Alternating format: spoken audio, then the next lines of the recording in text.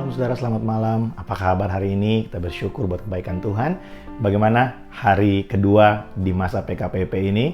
Apakah saudara mulai merasakan kesibukan-kesibukan? Apakah saudara mulai merasa kelelahan karena sebelumnya tidak pergi ke kantor, tidak beraktivitas di luar rumah, tapi mulai 2 hari ini saudara mulai keluar rumah?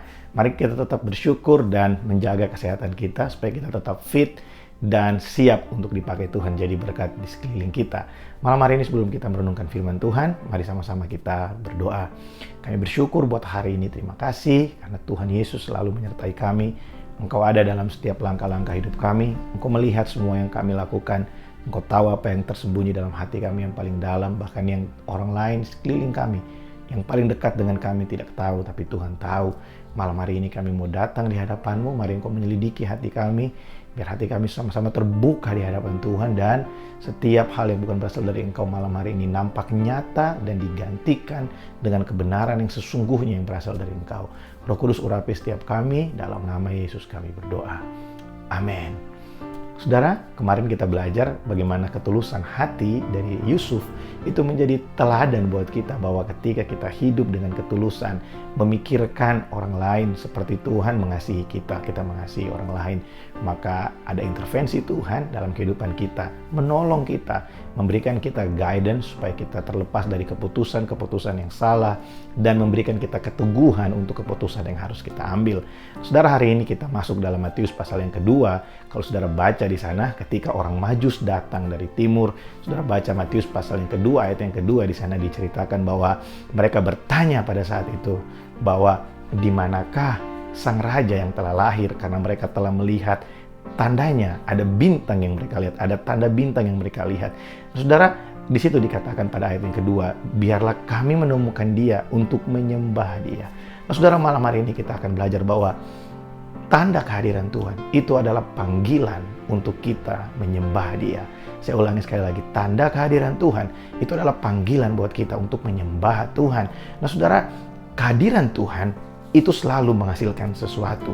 Makanya setiap kali Tuhan hadir, pasti Tuhan mengubahkan kita.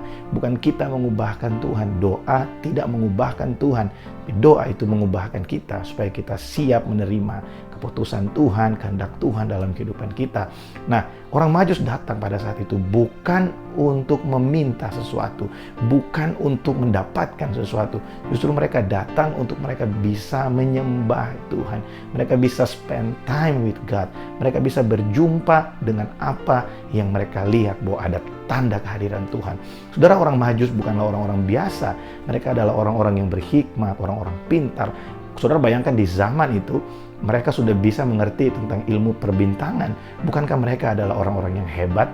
Dan ada banyak penafsir yang berkata bahwa orang Majus ini juga adalah raja-raja dari timur yang datang dengan perbendaharaan mereka. Kita tidak bisa menyebutkan bahwa mereka hanya ada 3 orang yang datang, karena di situ ditulis orang Majus dari timur. Memang ada banyak yang bilang hanya 3 orang yang datang, tapi bukan soal jumlahnya, tapi soal alasan kenapa mereka datang.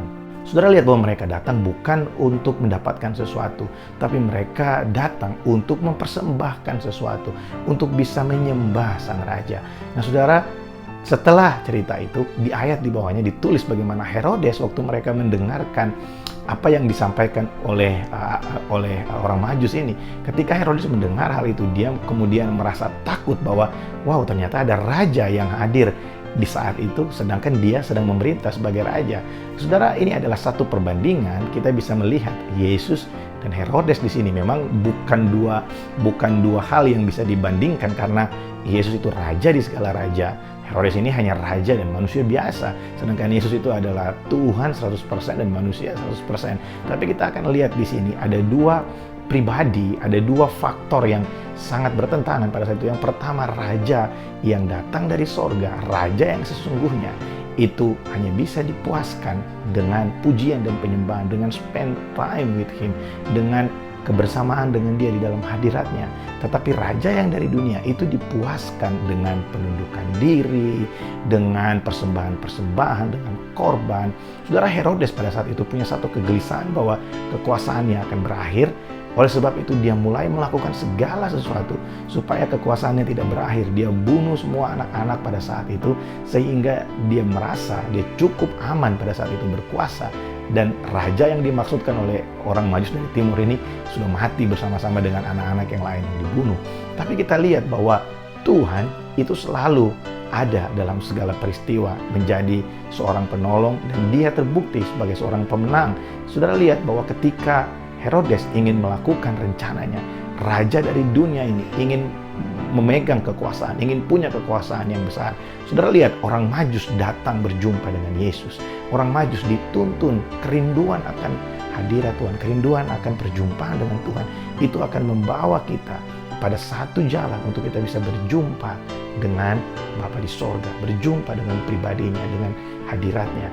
Saudara tahu ada banyak orang bersaksi sebelum ini mereka tidak mengenal Tuhan. Tapi karena mereka rindu akan kebenaran, mereka rindu akan pribadi Tuhan yang sesungguhnya.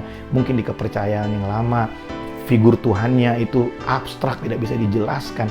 Tapi dalam kekristenan kita bersyukur bahwa Tuhan yang kita sembah pernah menjadi manusia. Dia tahu apa yang kita rasakan. Dia tahu bagaimana keadaan manusia. Oleh sebab itu, ketika mereka berjumpa dengan pribadi itu, yang adalah hasil dari kerinduan mereka. Setiap kerinduan akan penyembahan, kerinduan akan kehadiran Tuhan, itu akan menghasilkan satu perjumpaan yang luar biasa. Makanya firman Tuhan berkata bahwa Tuhan memberi upah kepada orang yang sungguh-sungguh mencari Dia. Saudara bisa baca Ibrani 11 ayat yang ke-6. Tuhan memberi upah bagi setiap orang yang sungguh-sungguh mencari Dia. Nah, orang Majus dari timur datang dengan kesungguhan, ingin berjumpa dengan Sang Raja, ingin berjumpa dengan Tuhan untuk menyembah Dia. Nah, saudara, orang datang kepada raja di dunia hanya untuk meminta, hanya untuk memohon pertolongan dan lain sebagainya. Tapi kalau kita tahu raja di atas segala raja, kita datang ke hadapannya. Dia adalah Tuhan yang maha dalam segala sesuatu. Dia maha mengetahui, Dia maha mengerti, Dia maha pengampun, Dia maha segala sesuatu dalam kehidupan kita. Maka tanpa keluar dari mulut kita, Tuhan mengerti, Tuhan tahu apa yang kita perlukan. Bukan berarti kita tidak bisa meminta. Kita bisa meminta kepadanya sebagai seorang anak di hadapan Bapa. Tapi yang jauh lebih penting adalah kita spend time dengan Tuhan. Kita nikmati kebersamaan dengan Tuhan.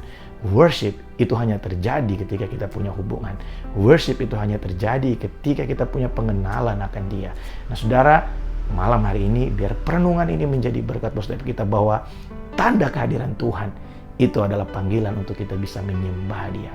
Kalau Tuhan lakukan sesuatu dalam kehidupanmu, Tuhan membuat perkara yang ajaib dalam kehidupanmu, bukan untuk kita ketergantungan akan hal itu, tapi itu adalah tanda supaya kita menyembah Dia. Mungkin sebelum itu yang kita sembah bukan Tuhan, kita menyembah keinginan, kita menyembah ego kita, ambisi kita menyembah pekerjaan kita. Tapi ketika pertolongan Tuhan terjadi di situ, itu satu tanda bahwa Tuhan mau di tengah pekerjaan kita. Tuhan tetap yang menjadi Tuhan atas kita. Yesus tetap jadi Tuhan atas kita. Di tengah pelayanan, di tengah studi kita, Yesus tetap jadi Tuhan. Yesus tetap jadi penguasa kehidupan kita. Ada banyak orang hari ini yang akhirnya memang kelihatannya masih beribadah, tapi sebenarnya dalam hatinya lebih takut kehilangan yang lain daripada takut kehilangan hubungan, spend time dengan Tuhan. Ketika kita masuk ke dalam kamar, kita spend time bersatu dengan Tuhan.